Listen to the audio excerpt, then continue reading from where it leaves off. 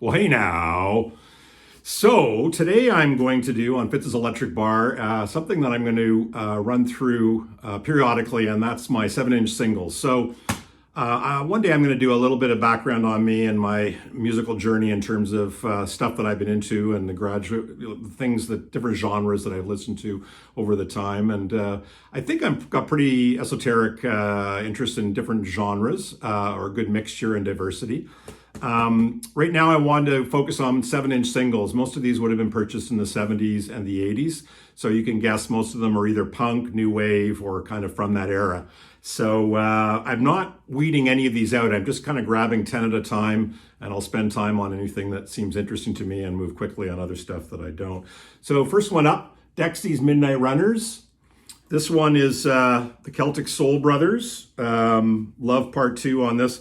I think this came off of the Searching for the Young Soul Rebels first record, which was a really different record. And, most people know them from later albums and the single Come On Eileen, which is great. Definitely got a Celtic feel to it. But the first record was more soulful, and it came at a time when that music wasn't really being done by young white kids, and that was kind of cool. And they had one of the great lines in one of their songs on that first album: "If you're so anti-fashion, why not wear flares?"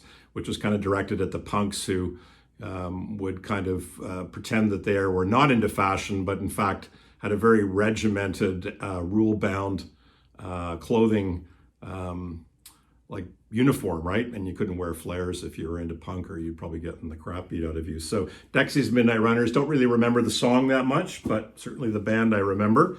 Martha and the Muffins. So for those of you from Canada and maybe some other places, but Martha and the Muffins were a band that Echo Beach was kind of a hit for them. And Toronto based. This was, I think, one of their early singles. Has just a real simple little lyric sheet that came in with it as well as a little insert. So that was kind of cool.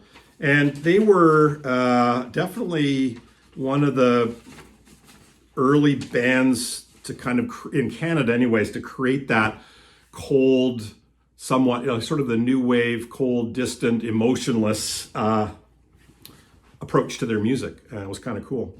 I've got a ton. I've got most Elvis Costello records up to, probably about 5 years ago. And I also have many, many singles. So I went nuts on the singles. This one off of Almost Blue. One of the interesting things that Elvis was doing was he was releasing singles. So this is I'm Your Toy, right? I think this is a Billy Sherrill song. I'm not sure who wrote this. No, Etheridge and Parsons. Would this be great? Oh, this is Graham Parsons, right.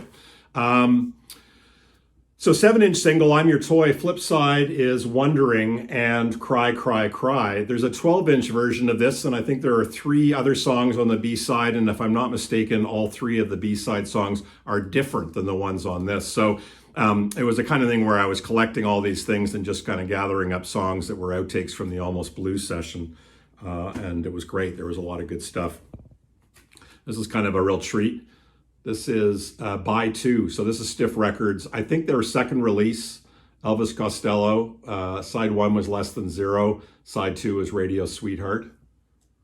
If this was in fact the second one, and I'm not doing much research on this, then I'm guessing that The Damned New Rose was the first one, but just fabulous records. Like the Stiff Records label was fantastic. And for those of you that don't know, they had the greatest taglines, Stiff Records. So one of them was, "If it ain't stiff, it ain't worth a fuck." And says the world's most flexible record label, Stiff Records, produced by Nick Lowe, Elvis Costello. Another Elvis Costello one, and this is a picture disc. So this one is Elvis off of Imperial Bedroom. And I know picture discs really are ultimately pretty crap to play, but they're kind of fun to collect sometimes. I don't do it much anymore, but this is New Amsterdam, a song I just adore. So it's got New Amsterdam on that side, and then the flip side's got Dr. Luther's Assistant, Ghost Train, and Just a Memory. Just a Memory is great too. So those songs appeared on in America and Canada on Taking Liberties. I think in England it was called 10 Bloody Marys, 10 How's Your Fathers. But yeah, very nice little picture disc. Elvis with his roses. This one, well-known, Spiral Scratch, when Howard Devoto was the lead singer of the Buzzcocks before he left. Breakdown, Time's Up, Boredom, and Friends of Mine. And a new Hormones product. Buzzcocks. The English Beat, Best Friend. Look inside these sometimes. Yeah, this is a Go Feet. So again, these were all sort of the original releases, I think. So Go Feet, Best Friend. And then the flip side's great. It's Stand Down Margaret, the dub version. There's a picture of Margaret Thatcher, caricature of her. Next up is a guy, Tom Robinson. There was a Tom Robinson band who were very politically minded, very involved in the CND and anti-nukes, and certainly he was gay, or he is gay, and so he was also doing a lot to further the cause of, which, you know, I think punk was kind of a bit homophobic, if you had to generalize. So he was, you know, and he was famous for the song of, Stand Up If You're Gay, I think it's called. It's a really good song. So here we go. Panic Records. This was actually Sector 27, a band that he started after the Tom Robinson band disbanded. I think they had 2 records, and TRB2 was produced by Todd Rundgren, if I'm not mistaken, one of his outputs. So Sector 27. Again, not a song that I have a strong memory of.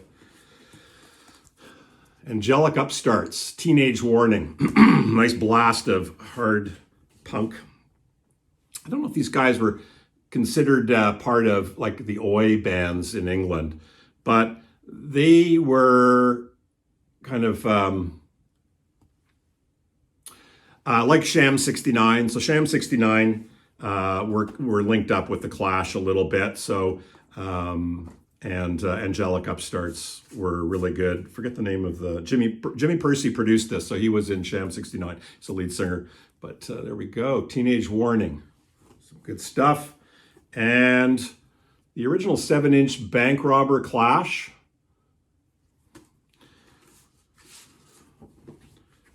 So Mickey Dread, I think, produced this. Dread at the controls. So Bank Robber was on side A. And side B was Rockers Galore UK Tour, which I think had Mickey Dread doing some vocal overdubs to it, but I can't be sure about that. So some singles from my collection. I'll be doing this periodically. Fitz's Electric Bar, Carpe Diem, motherfuckers.